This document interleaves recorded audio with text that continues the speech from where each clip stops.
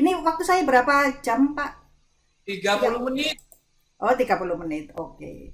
Jadi saya akan share dulu, saya mau pengenalan. Ini kalau misalnya lebih dari 30 menit gimana ini Bapak, Bapak Ibu-ibu ini sudah sudah mau pulang atau bagaimana ini? Ya, oke, saya mau share screen dulu. Nah, ini saya mau mengenalkan diri dulu ya, Pak Tio ya, supaya teman-teman memiliki gambaran gitu ya. Sekarang ini sedang berdiskusi dengan siapa gitu ya. Sudah bisa dilihat ya, Pak Tio, share screen saya. Ya, jadi saya memang memiliki ketertarikan khusus pada pengembangan media pembelajaran ya, terutama yang berbasis TIK gitu ya. Pak Tia sudah kelihatan ya? Ini share screen saya. Ya, oke ya.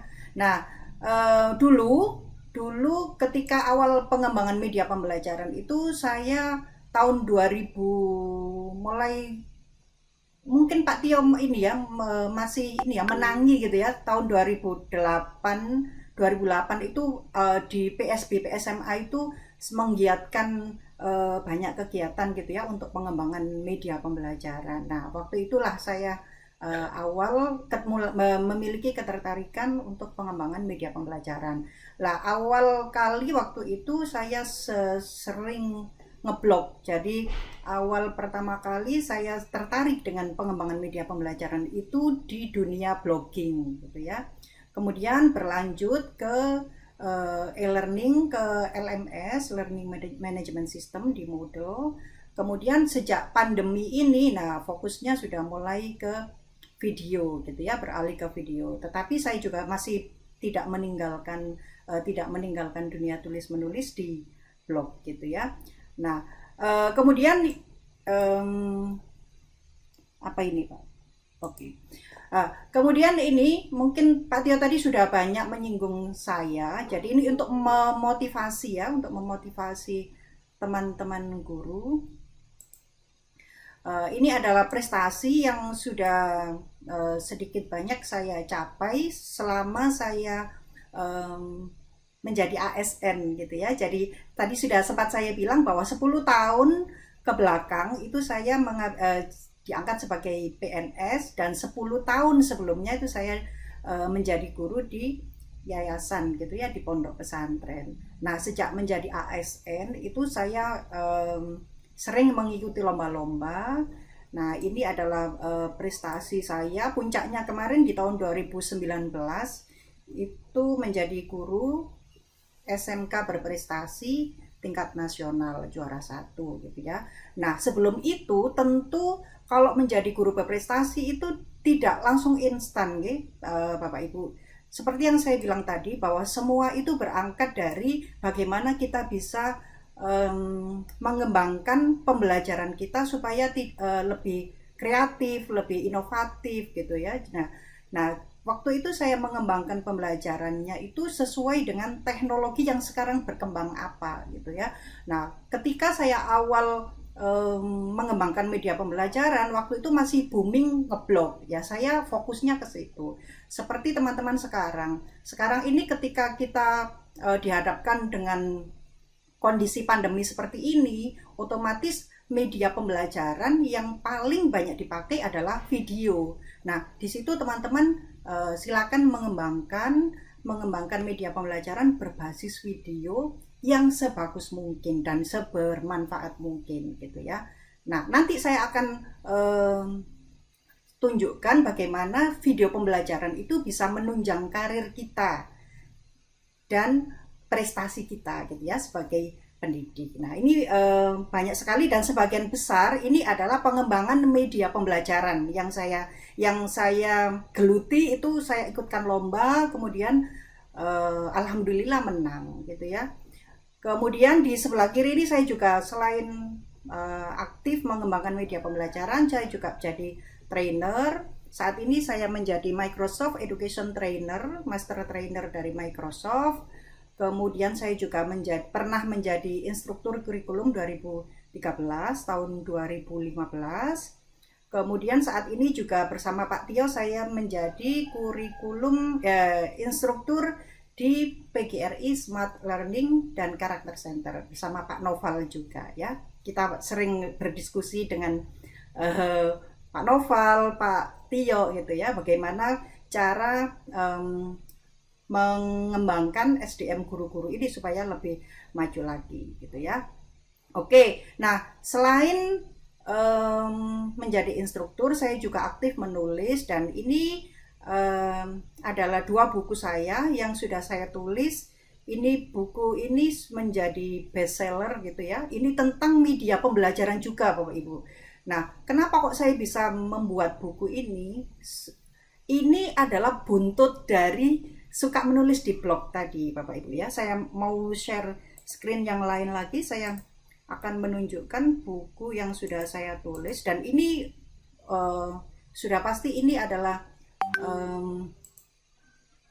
karena hobi saya menulis tadi dan mengembangkan media pembelajaran, jadi bisa didokumentasikan gitu ya. Jadi selain bisa menunjang karir juga bisa menunjang finansial gitu ya. Ini paparan saya Pak Tia sudah ini ya, sudah bisa terlihat ya Pak Tia. Sebentar saya akan stop screen lagi. Oke. Nah, saya akan menunjukkan buku saya ya.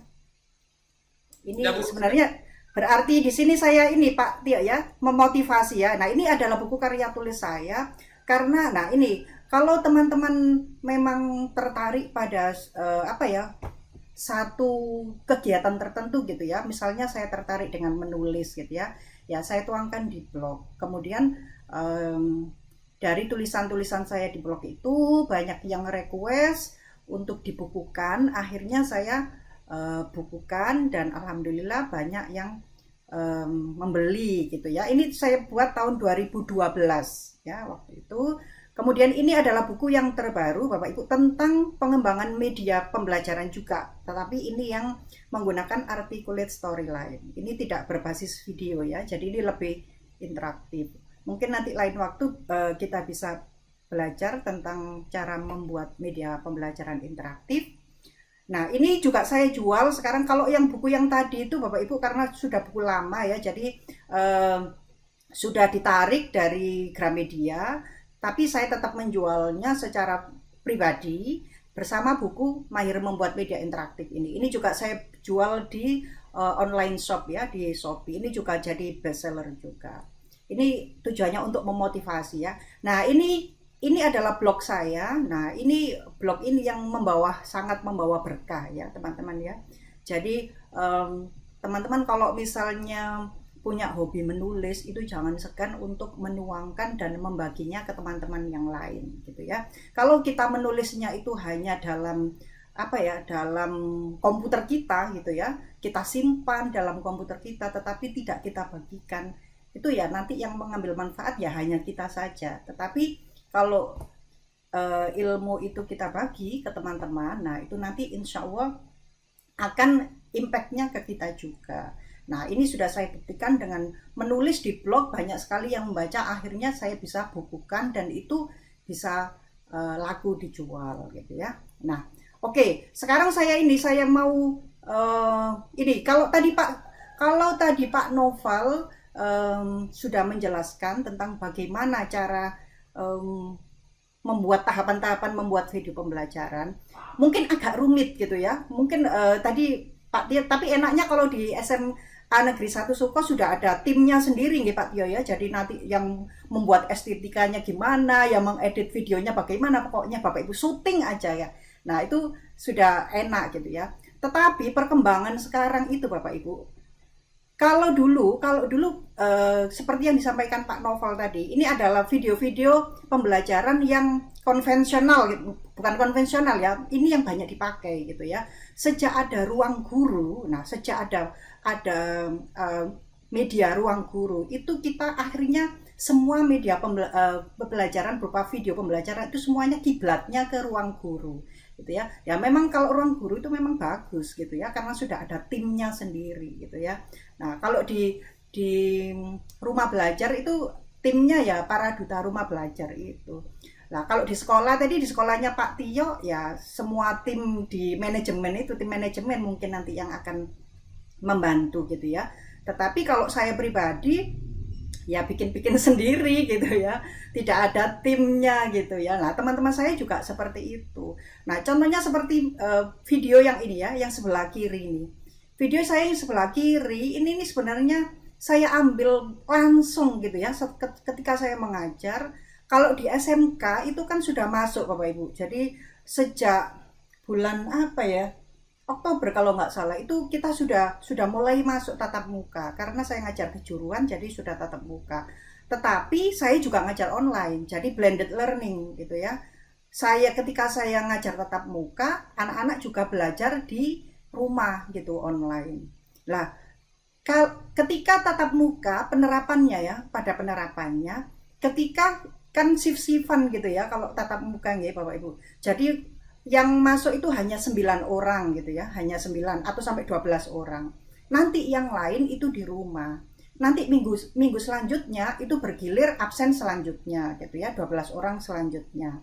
Nah, ternyata ketika saya masuk itu anak-anak meskipun diminta untuk belajar di rumah, itu mereka tidak mengikuti gitu ya. Kalaupun mengikuti hanya absen aja gitu ya.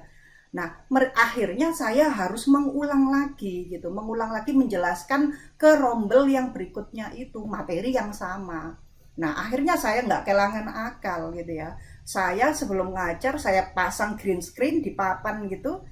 Kemudian saya menjelaskan, saya pasang tripod dulu, saya datangnya lebih awal, saya pasang tripod, saya pasang kamera HP biasa. Kemudian anak-anak saya suruh menunggu saya, menata, mengkondisikan semua. Saya saya atur sendiri gitu ya, angle-nya. Kemudian saya duduk manis, sudah saya menjelaskan ke anak-anak, sudah saya syuting, ada green screen-nya. Akhirnya jadilah video yang sebelah kiri ini gitu ya. Nah, ini langsung gitu ya. Jadi waktu kalau misalnya di sini ada saya agak menjelaskan itu agak ngotot gitu, kayak kalau kita benar-benar menghadapi siswa ya gitu kenyataannya gitu. Nah, itu sudah bisa menjadi video pembelajaran gitu ya. Atau mungkin teman-teman bisa ini ya, kalau misalnya merasa kesulitan gitu ya dengan segala peraturan-aturan tadi ya, ada praproduksi, ada produksi, ada pasca produksi, teman-teman bisa sampai saya itu memotivasi teman-teman gitu ya di sekolah itu supaya bikin video pembelajaran. Itu sampai guru matematika itu saya minta untuk menjelaskan di kertas gitu ya materinya, kemudian saya rekam pakai video aja gitu ya. Ayo Bu, coba Bu, jangan mulai menjelaskan apa, kemudian nulis di kertas, saya rekam. Dari situ sudah jadi video langsung gitu, dikirim ke e-learningnya. Kalau di sekolah saya pakai Office 365. Itu sudah jadi video pembelajaran, tetapi yang amatir gitu ya, tidak seperti yang disampaikan oleh Pak Noval. Nah, kalau yang ini adalah video pembelajaran yang seperti disampaikan oleh Pak Noval. Ini memang saya buat agak niat gitu ya. Sebentar, saya perlihatkan lebih besar lagi ya. Ini adalah contoh video pembelajaran yang sudah saya buat gitu ya. Ini memang pakai green screen kalau ini ya. Bisa ini dengar suaranya ya Pak. Ini untuk ada backsoundnya. Selamat pagi anak-anak. Apa kabar kalian hari ini? Semoga kalian semua masih dalam keadaan sehat dan tetap semangat ya. Pak Tio, monitor. Bersama saya Ibu Amiro, pada pertemuan kali ini kita akan belajar tentang konsep ini adalah mata pelajaran pemrograman dasar kelas 10 Sekolah Menengah Kejuruan. Gimana anak-anak? Apakah kalian sudah siap?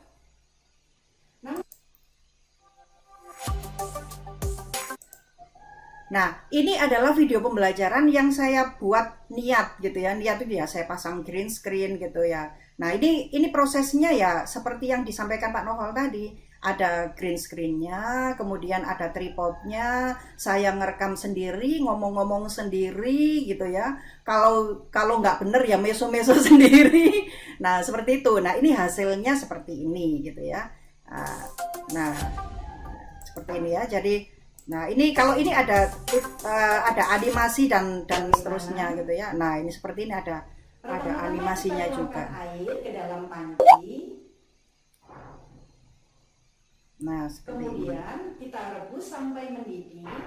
Selanjutnya masukkan mie instan pada air yang sudah mendidih dan tunggu. Nah, itu ya. Kemudian, nah, tapi sekarang Bapak Ibu, anak-anak itu sukanya ini kenyataan ya, kenyataan. Jadi kalau misalnya jenengan kesulitan gitu ya membuat video itu, ternyata sekarang anak-anak itu coba jenengan putra-putri jenengan yang sudah punya HP, jenengan lihat, pasti di HP itu terinstall TikTok gitu ya. Nah, ini banyak sekali yang memanfaatkan TikTok ini itu juga sebagai video pembelajaran Bapak Ibu, jangan salah. Kemdikbud sendiri itu punya channel di TikTok Bapak Ibu. Ini coba jangan di saya.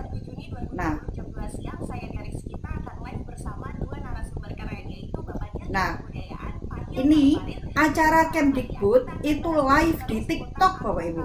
Ini juga video gitu ya. Nah, kemudian di sini juga ada, ini teman-teman bisa lihat nih. Nah, ini ada ibu-ibu yang menjelaskan materi matematika dan diupload di TikTok, gitu ya.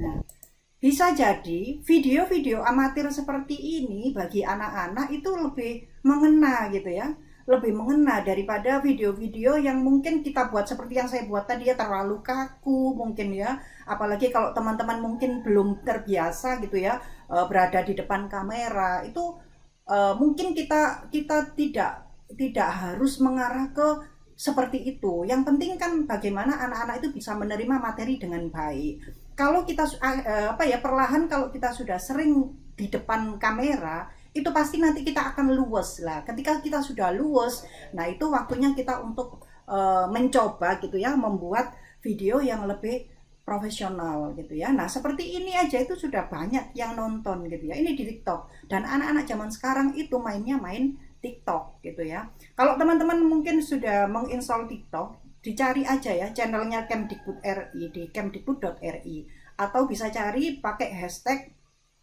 sama-sama belajar atau belajar bareng. Nah, itu ada banyak anak-anak SMA yang belajar bareng itu di TikTok Bapak Ibu, bayangkan gitu ya. Nah, seperti ini juga ada contoh guru bahasa Inggris gitu ya. Nah, seperti ini. Hanya langsung aja direkam gitu ya, seperti kalau kita ngevlog gitu ya. Kemudian di-upload di TikTok seperti ini. Nah, kalau dengan menggunakan, apalagi kalau level SMA SMK ya, itu lebih dinamis gitu anaknya ya. Jadi mereka pasti akan mencari video-video yang kekinian atau menggunakan platform yang memang banyak dipakai. Dan saat ini ya kalau nggak Instagram ya TikTok gitu ya. Kalau Instagram itu kan juga ada IGTV gitu ya. IGTV itu juga memungkinkan kita untuk mengupload video, tapi tidak harus video yang profesional gitu ya. Nah, oke. Nah, seperti ini ya Bapak Ibu. Ini adalah alternatif lain barangkali panjenengan tidak atau masih belum ini ya, masih kesulitan membuat video. Jadi bikin aja dulu gitu ya supaya terbiasa dulu. Nah, ini ya, kalau ini sudah dijelaskan sama Pak Novel tadi ya, konsep video pembelajaran. Kenapa harus video pembelajaran? Sudah tahu semua ya, kenapa kok harus video pembelajaran? Selain karena sekarang pandemi gitu ya. Selain karena sekarang pandemi, anak-anak rindu ke kita gitu ya, dengan video pembelajaran kita bisa langsung berkomunikasi dengan anak-anak. Nah, kenapa kok kita harus membuat video pembelajaran? Ya ini, memang video pembelajaran itu bikin penyampaian materi lebih efektif, menarik, interaktif gitu ya, dan terutama hemat tenaga dan biaya. Kenapa? Karena bisa dipakai berulang-ulang gitu ya. Seperti tadi video saya buatnya sekarang. Nah, tahun depan gitu saya kalau mau mengajar lagi ya saya pakai lagi gitu ya. Nah, ini bisa diakses di mana saja dan kapan saja gitu ya. Ini jenis-jenis video pembelajaran, ini tadi sudah disampaikan sama Pak Noval. Jadi ada yang langsung gitu ya, lecture, jadi kita menjelaskan gitu ya. Kemudian ada yang demonstration. Nah, demonstration ini banyak banyak saya pakai gitu ya. Demonstration ini seperti video tutorial. Jadi mendemonstrasikan langkah-langkah prosedur. Kalau ini memang banyak sekali yang yang sering saya pakai ya, yang kedua ini ya. Kalau yang pertama ini banyak dipakai oleh teman-teman guru level menengah, level di DAS ya, di DAS gitu ya. Jadi SMP, SD itu memang sangat butuh ya seperti ini. Kalau yang demonstration ini lebih ke SMA dan SMK gitu ya. Kemudian ada tadi ya, seperti yang disampaikan Pak Noval, ada video yang jenisnya itu atau modelnya adalah tentang kegiatan atau simulasi-simulasi gitu ya, tentang belajar praktek. Oke, nah ini tadi sudah disampaikan sama Pak Noval, saya skip aja supaya lebih cepat. Kemudian video editing. Nah ini saya mau kasih satu ini ya, satu satu referensi atau mungkin teman-teman enaknya itu pakai apa sih gitu. Kalau yang paling mudah itu pakai KineMaster ini Bapak Ibu ya. Tetapi kalau misalnya mau sedikit yang ke atas bisa pakai Filmora dan Camtasia gitu ya. Tapi kalau untuk pemula bisa pakai KineMaster gitu ya. Biasanya kalau saya ngasih materi pembuatan video saya arahkan teman-teman pakai KineMaster karena ini bisa diakses di HP gitu ya. Kemudian, nah ini yang penting. Setelah kita membuat video, terus apa yang harus kita lakukan gitu ya. Nah, video itu kalau sudah kita buat, ya tadi ada yang di-share di TikTok, ada yang di-share di YouTube gitu ya, ada yang di-share di Vimeo, Facebook. Ya, ini yang banyak nih yang di WhatsApp gitu ya. Tapi kalau saya biasanya saya share di YouTube, kemudian saya share lagi di e-learning, di LMS yang saya pakai gitu ya. Nah, ini di Office 365 Teams. Nah, kemudian implementasinya gimana? Nah, setelah saya membuat video tersebut akan saya kalau teman-teman mungkin bisa di-share di WhatsApp atau bisa di-share di Google Classroom gitu ya. Nah, seperti itu. Kemudian, nah ini adalah contoh-contoh video yang sudah saya buat banyak sekali. Teman-teman nanti mungkin bisa dilihat ya. Mungkin untuk referensi, nah teman-teman bisa ke channel YouTube saya ya. Nah, video yang kiri ini adalah video tentang kegiatan pembelajaran. Contoh kegiatan pembelajaran. Video yang kiri atas ini saya ikutkan di Pembatik ya, di Pembatik Duta Rumah Belajar itu. Kemudian video yang bawahnya ini saya ikutkan ketika saya mengikuti seleksi guru berprestasi gitu ya. Jadi sepertinya memang kalau kita sebagai guru itu kalau mau brandingnya itu naik gitu ya, ya kita harus bikin video. Apapun sekarang itu harus kita, misalnya kita mau ini ya, ini ada teman saya kemarin yang dari Jawa Tengah ya, kalau provinsi Jawa Tengah itu tidak hanya guru berprestasi, calon kepala sekolah ya, calon kepala sekolah yang belum tentu jadi juga gitu ya, seleksi gitu ya, seleksi. Itu Bapak Ibu diminta untuk bikin video gitu. Diminta untuk bikin video, kemudian menceritakan tentang dirinya sendiri gitu ya. Jadi memang video ini ya penting gitu ya, selain untuk sebagai media pembelajaran, ya sebagai branding kita gitu loh. Jadi jangan panjenengan terus antipati, enggak saya malu gitu ya. Ya mulai sekarang tidak boleh malu gitu ya. Karena ini sudah tuntutan gitu ya.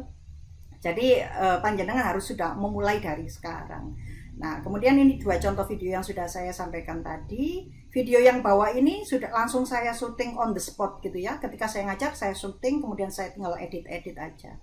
Nah, kemudian selanjutnya ya, tadi saya bilang bahwa saya setelah bikin video, nah panjenengan nanti setelah bikin video terus apa gitu ya. Cara yang paling mudah ya di-upload di YouTube Bapak Ibu. Karena dengan mengupload video tadi ke YouTube, itu adalah cara paling ringan untuk nge-share semua video panjenengan. Nah, kalau panjenengan bikin video, kemudian tidak di-upload di YouTube, langsung di-share gitu ya ke WhatsApp atau ke Google Classroom, itu biasanya juga akan butuh bandwidth atau kuota yang tinggi. Atau bisa jadi akan ditolak gitu ya. Kenapa? Karena biasanya video yang kita buat misalnya durasinya sekitar 10 menit aja ya, itu sudah puluhan mega. Nah, puluhan mega itu kalau kita upload misalnya ya ke sosial media misalnya, nah itu kan butuh ini, butuh kuota yang tinggi gitu. Maka cara paling cepat dan paling efektif ya kita upload ke YouTube. Selanjutnya kita tinggal kirimkan link share-nya saja gitu ya. Nah, ini adalah contoh ya, contoh channel YouTube saya yang sudah lumayan banyak videonya, dan sebagian besar ini videonya berupa video demonstration gitu ya, atau video tutorial. Ada beberapa yang video pembelajaran gitu ya. Nah, kemudian sekarang kalau sudah bikin video, sebenarnya apa sih? Apakah video itu hanya kita share ke anak-anak saja? Selanjutnya sudah gitu ya. Tadi saya sempat bilang bahwa video itu bisa kita upload di YouTube. Nanti kalau channelnya sudah berkembang, kita bisa monetisasi atau bisa menghasilkan uang dari YouTube. Nah, selain itu, teman-teman kalau bikin video itu sebenarnya juga bisa digunakan untuk karya pengembangan profesi. Nah, ini sudah saya lakukan semua ya. Jadi ini saya sudah mengalami, jadi panjenengan mungkin nanti bisa mengikuti gitu ya, mengikuti. Jadi video, tapi sebenarnya saya tidak hanya video ya, jadi banyak karya pengembangan profesi yang saya buat. Misalnya bikin aplikasi gitu ya, karena saya basicnya IT, jadi memang lebih variatif gitu ya. Biasanya saya bikin aplikasi Android, aplikasi media pembelajaran gitu ya. Nah, itu termasuk juga video. Itu bisa kita buat untuk kenaikan pangkat gitu ya. Nah, ini ada rencana tindak lanjut dari media yang sudah kita kembangkan itu untuk apa saja. Ini salah satunya adalah karya pengembangan profesi, kemudian untuk prestasi akademik kita, pembimbingan teman sejawat, dan pembimbingan siswa. 4 ini adalah salah satu ya, dari sekian banyak gitu ya, dari sekian banyak portofolio yang kita isi gitu ya, yang kita lakukan, sebenarnya sudah kita lakukan. Kalau ini adalah salah satu dari sekian banyak portofolio yang saya ikutkan di Guru Berprestasi kemarin gitu ya. Nah, ini contohnya gimana? Nah, karya pengembangan profesi itu bagaimana? Setelah panjenengan membuat video pembelajaran, maka panjenengan bisa mendokumentasikan video tadi. Makanya paling aman itu diupload di YouTube nih videonya tuh. Silakan didokumentasikan. Kemudian panjenengan bisa melaporkan atau membuat video tadi itu menjadi salah satu aset yang bisa digunakan untuk kenaikan pangkat gitu ya. Nah, di petunjuk atau pedoman penilaian angka kredit di buku 4 itu ada poin tentang membuat atau memodifikasi alat pembelajaran atau alat peraga dan alat praktikum. Nah, video yang sudah panjenengan buat tadi, nah ini dengan catatan bukan video yang seperti di TikTok nih, video yang seperti disampaikan oleh Pak Noval gitu ya, video seperti yang saya contohkan tadi. Jadi video-video pembelajaran yang memang layak untuk kita jadikan atau kita kita ajukan sebagai penilaian angka kredit gitu ya. Nah, di buku 4 itu ada poin membuat atau memodifikasi alat pembelajaran atau peraga dan praktikum. Panjenengan bisa ambil poin ini gitu ya. Nah, penilaiannya bagaimana? Untuk video yang sifatnya kompleks itu acuannya bagaimana sih ya gitu ya. Untuk media atau video gitu ya. Kalau panjenengan punyanya video ya pakai video. Kalau saya biasanya pakai aplikasi Android gitu ya, pakai aplikasi Android atau mungkin alat-alat praktikum lain yang berbasis IT gitu ya, atau mungkin kalau tidak berbasis IT juga nggak ada masalah. Kalau yang berbasis IT ini minimal berdurasi, yang kompleks itu acuannya adalah berdurasi 30 menit. Itu angka kreditnya 2. Nah, itu lumayan banget ini Bapak Ibu.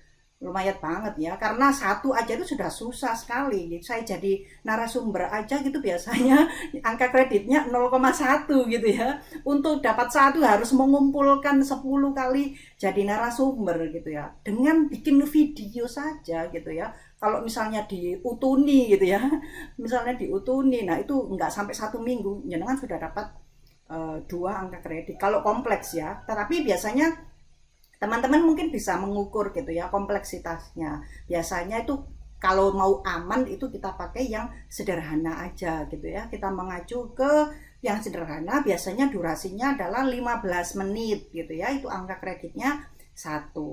Nah, Kemudian supaya video tadi itu laporannya bisa diterima di angka kredit, itu bagaimana? Itu harus panjenengan lampiri dengan laporan kegiatannya, Bapak Ibu nggih.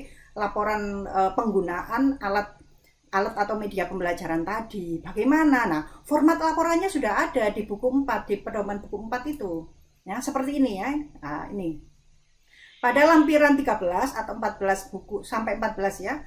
Lampiran 13 sampai 14 buku 4 penilaian angka kredit. Nah, panjenengan bisa menyusun sesuai dengan lampiran ini. Nah, sesuai dengan pengalaman saya dan mungkin pengalaman panjenengan juga, penilaian angka kredit itu akan diterima kalau memang kita formatnya sudah sama persis dengan format yang disampaikan di buku 4. Ya, jadi kalau untuk penggunaan alat peraga ya ini ada halaman judul, ada halaman pengesahan, ada halaman pernyataan dan seterusnya. Nanti setelah ini akan saya sampaikan format laporan dari alat peraga yang akan diajukan ke penilaian angka kredit. Saya sudah punya ya. Nah, ini nanti kalau misalnya jenengan mau lihat bisa download di sini ya. Ini contoh punya teman saya, nanti panjenengan bisa ATM ya, amati, tiru dan modifikasi. Nah, selanjutnya ini adalah contoh karya tulis atau media pembelajaran yang sudah pernah saya buat. Nah, kalau misalnya teman-teman mungkin ya sudah punya tetapi nggak tahu bahwa itu ternyata masih bisa diajukan ke penilaian angka kredit. Nah, mungkin ada yang mungkin Pak Tio pernah bikin aplikasi gitu ya. Nah, contohnya ini. Kalau panjenengan pernah bikin media pembelajaran pakai Sway saja gitu ya. Mungkin ada yang pernah belajar tentang Sway ya. Sway saja ya. Itu bisa gitu ya diajukan sebagai penilaian angka kredit asalkan format pelaporannya memenuhi format yang sudah ditentukan ini. Gitu ya. Jadi kalau penilai itu biasanya ya sesuai dengan buku 4 ini. Kalau misalnya memang dipakai dan aturannya itu aturan format penulisannya sama, ya diterima, tidak ada alasan untuk menolak gitu ya. Nah, ini adalah contoh media pembelajaran yang sudah saya buat. Nah, kalau ini tadi apa? Oh ya, ini ya media pembelajaran penelitian ya. Kalau tadi penelitian, kalau ini adalah media dan alat pembelajaran. Nah, ini aplikasi Android semua ini, ada yang e-book dan seterusnya. Kemudian, nah ini karya tulis. Karya tulis ini yang panjenengan yang ini hobi menulis. Nah, itu bisa juga di blognya Kemdikbud, itu juga ada di pena.belajar.kemdikbud.go.id. Itu saya juga pernah menulis di situ. Itu seperti blog keroyokan gitu ya. Itu saya screenshot, kemudian saya ajukan ke penilaian angka kredit, itu juga diterima Bapak Ibu. Asalkan ketika kita melaporkan, itu sesuai dengan petunjuk di buku 4, penilaian angka kredit. Nah, ini ya contoh-contohnya karya tulis yang sudah pernah, ini ada jurnal, kemudian, nah sebagian besar karya tulis yang ada di sini ini, saya ikutkan lomba. Jadi kalau nggak ikut lomba gitu ya kadang-kadang agak males lah, apa meneng-meneng buat karya tulis gitu ya. Jadi intinya itu pertama itu saya bikin dulu media. Biasanya gitu Bapak Ibu. Saya bikin dulu media gitu ya. Kayak panjenengan gitu ya, bikin aja video dulu. Nanti kalau ada saat untuk ada lomba gitu ya, nah itu kita ikutkan. Gitu ya. Nah, saya biasanya seperti itu. Saya bikin dulu sama anak-anak. Saya kan senang gitu ya bimbing anak-anak gitu. Bikin aplikasi gitu ya. Nah, setelah itu kalau ada lomba baru kita buat karya tulisnya. Lah kok dilala gitu ya. Setelah menang lomba, ternyata bisa diikutkan penilaian angka kredit. Double-double pokoknya berkahnya gitu ya. Oke, nah ini penelitian juga ini. Kalau panjenengan mungkin PTK gitu ya. Kalau saya penelitiannya biasanya penelitian pengembangan. Kalau pembuatan video pembelajaran gitu ya, itu panjenengan nanti bisa mengikutkan di penulisannya itu karya tulisnya pakai PTK atau pakai penelitian pengembangan gitu ya. Oke. Nah, kalau mendukung prestasi akademik gimana? Ya diikutkan lomba gitu ya. Nah, ini di Pusdatin ya, Pusdatin Kemdikbud itu setiap tahun Bapak Ibu itu pasti ada lomba membatik, membuat bahan ajar berbasis TIK. Nah, ini sudah pasti. Dan itu ada kategori video pembelajaran. Nah, ini yang pertama ini ya. Ada kategori video pembelajaran. Nah, kalau panjenengan bikin videonya itu bagus gitu ya, bisa diikutkan di sini. Ini nanti kalau misalnya menang Bapak Ibu, banyak sekali nih berkahnya. Satu, pertama panjenengan dapat sertifikat seperti ini. Nah, ini contoh sertifikat yang saya peroleh ketika saya ikut pengembangan media membatik ya, membatik kategori media pembelajaran interaktif gitu ya, jadi juara satu gitu ya. Nah, nanti panjenengan dapat sertifikat ini.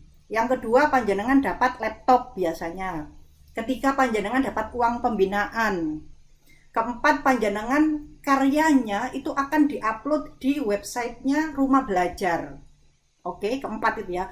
Kelima, panjenengan bisa mengikutkan atau bisa mengajukan karya panjenengan ini untuk penilaian angka kredit. Nah, ini double-double ya, dapat 5 gitu ya berkahnya. Gitu ya. Nah, seperti itu kalau prestasi akademik. Oke, nah seperti itu mungkin Pak Tio. Nah, ini keyword saya ya. Mungkin panjenengan aduh kok Bu Amiro kok susah banget gitu ya. Tapi panjenengan harus ingat, ini ada quote yang saya sangat senang gitu ya. A journey of 1,000 miles begin with a single step. Jadi perjalanan yang sudah begitu jauh, itu jangan lupa bahwa kita memulainya itu adalah dari satu langkah kecil gitu ya. Satu langkah kecil itu apa? Pertama menulis. Kalau mungkin seperti ini ya, habis dari sini, habis ikut pelatihan ini, IHT ini, panjenengan bikin video. Dapat satu, besok sudah wah seneng, besok bikin lagi, satu lagi. Akhirnya jadi banyak. Ya, itu maksudnya quote ini itu seperti itu. Nah, mungkin seperti itu, mungkin bisa kita sambung dengan diskusi, mungkin Pak. Ya, makasih. Ya, siap Bu Amira, terima kasih. Tepuk tangan dulu Ibu. Jadi Bapak Ibu, Bu Amira ini bagian dari seperti yang disampaikan Bapak Kepala Sekolah tadi. Kalau di Tuban ada 7 orang yang mengikuti seleksi cakep. Dan Bu Amira salah satunya yang dari Jombang, yang berawal dari satu langkah itu. Nah, ya mohon doanya ya Pak. Jadi ternyata memang harus mengawali dari hal kecil. Memang bisa. Hal ini tidak akan bisa. Nah, betul. Mustahil. Dari hal kecil kita mulai nanti akan menjadi hal yang besar. Yes. Ya, silakan Bapak Ibu, mungkin ada satu hal yang ingin disampaikan. Pak Tio kapan?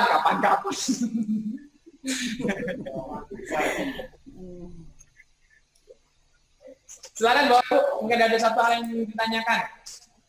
Sama, Bu Amira putranya berapa Bu? Mohon maaf, tanya.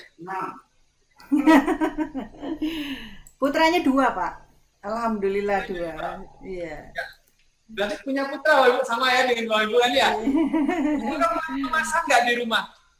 Kenapa Pak? Masak nggak di rumah? Masak? Ya. Oh ya, ini pasti yang ditanyakan gitu. Terus Bu Amira membagi waktunya bagaimana kok bisa? Iya, ya. Jadi ya saya kan ya ibu rumah tangga juga gitu ya. Cuma yang bikin beda itu memang support dari suami itu Pak. Jadi memang keluarga, terutama keluarga itu karena ya mau dengan kesibukan kita sebagai guru ya, nggak hanya saya, panjenengan semua yang ada di situ itu kan tahu sendiri bagaimana sibuknya guru gitu ya, dengan semua administrasinya itu hanya sebagai guru, belum sebagai trainer, belum sebagai penulis, belum kemana-mana gitu ya. Nah, itu kalau tidak didukung sama keluarga itu ya kayaknya nggak mungkin gitu ya. Jadi ya, dan terutama yang memang hobi gitu ya. Jadi kalau sudah hobi itu kan gini Pak, jangan mungkin juga merasakan Pak Novel juga. Kalau sudah hobi itu kan kalau tidak kita lakukan itu kan kadang-kadang gatel, kadang-kadang sedih sendiri. Aduh saya kok nggak menghasilkan apa-apa ya. Aduh kan mesti gitu ya. Nah itu memang harus ada kecintaan dulu baru nanti kita bisa mengembangkan gitu ya. Gitu. Kalau ditanya masak ya masak Pak, kalau nggak masak makan apa? Sama aja kok, nggih Bapak Ibu. Jadi saya biasa saja. Hanya yaitu tadi masih punya banyak waktu untuk mengembangkan hobi, gitu ya. Itu dan mungkin ya. dan dan lapor gak Pak yo tugasnya gitu. Jadi Iya, harus tahu iya, bagaimana keluarga itu bisa sinkron waduh. Mulai iya, sampai sore lapor gak mulai iya, bareng mobil ya. Ternyata ketika ada dukungan yang luar biasa, nanti akan setidaknya ada suatu pengembangan profesional kita. Ketika profesional kita berkembang, maka amanah kita dalam membangun generasi bangsa juga meningkat. Sama Bu, saya kalau pulang malam juga begitu. Yo, boleh. Ini saya sudah coba.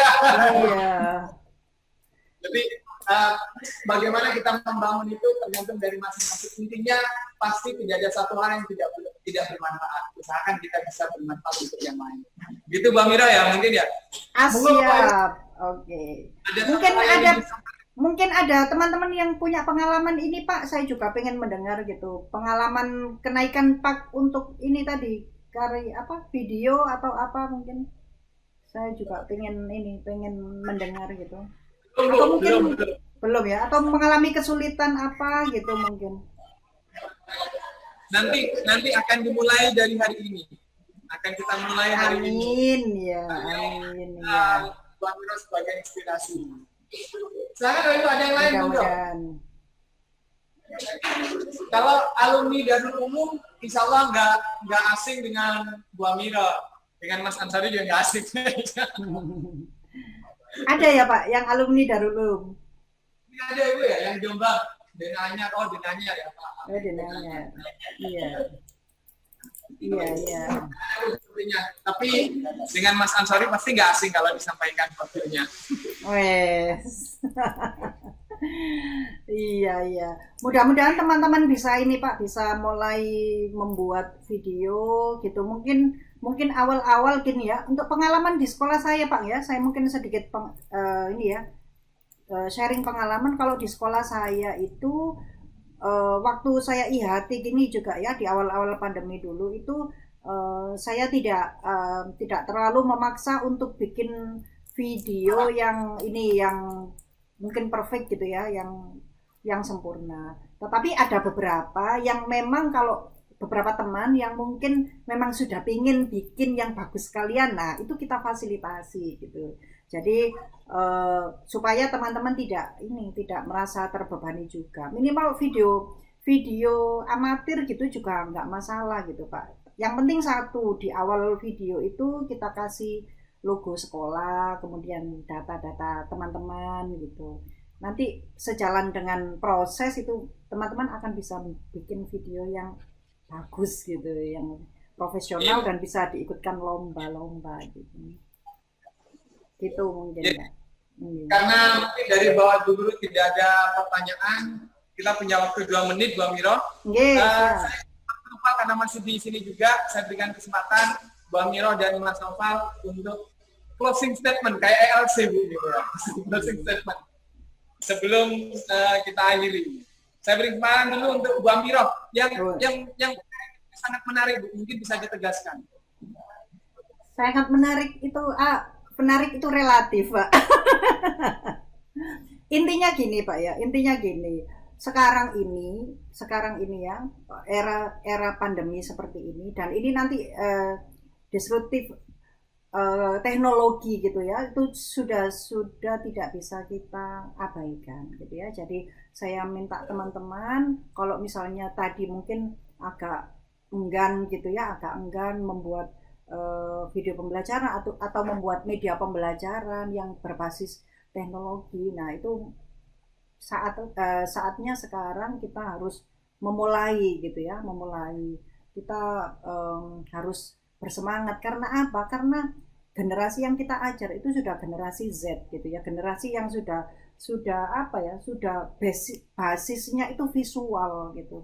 Kalau kita ceramah saja gitu ya di kelas atau ngasih modul-modul PDF atau apa, itu sudah diabaikan sama anak-anak. Jadi kalau sekarang itu ya anak-anak itu pembelajar visual. Saya sendiri aja, kita sendiri gitu ya. Sekarang sudah agak males gitu loh kalau baca buku gitu. Tetapi kita lebih senang melihat video. Nah, saya berharap melalui IHT ini nanti teman-teman bisa memproduksi ya video yang bagus, yang bermanfaat dan bisa menunjang karir teman-teman gitu ya.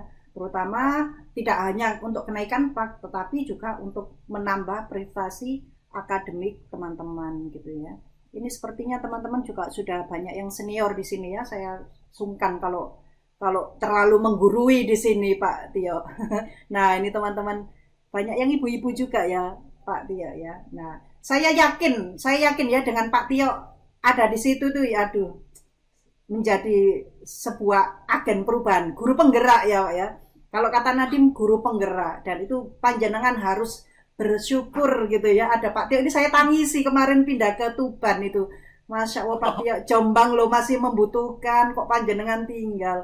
Jadi panjenengan sangat beruntung gitu ya. Ada Pak Tio di tengah panjenengan, dan itu panjenengan harus memberdayakan gitu. Memberdayakan Pak Tio gitu ya. Oke, mungkin gitu aja ya. Terima kasih. Silakan Pak Novel. Ya, terima kasih Bu Amiro. Bapak Ibu, kita doa mudah-mudahan Bu Amiro lancar tes kepala sekolahnya. Terima kasih. Memberikan hal yang lebih dibandingkan dengan itu.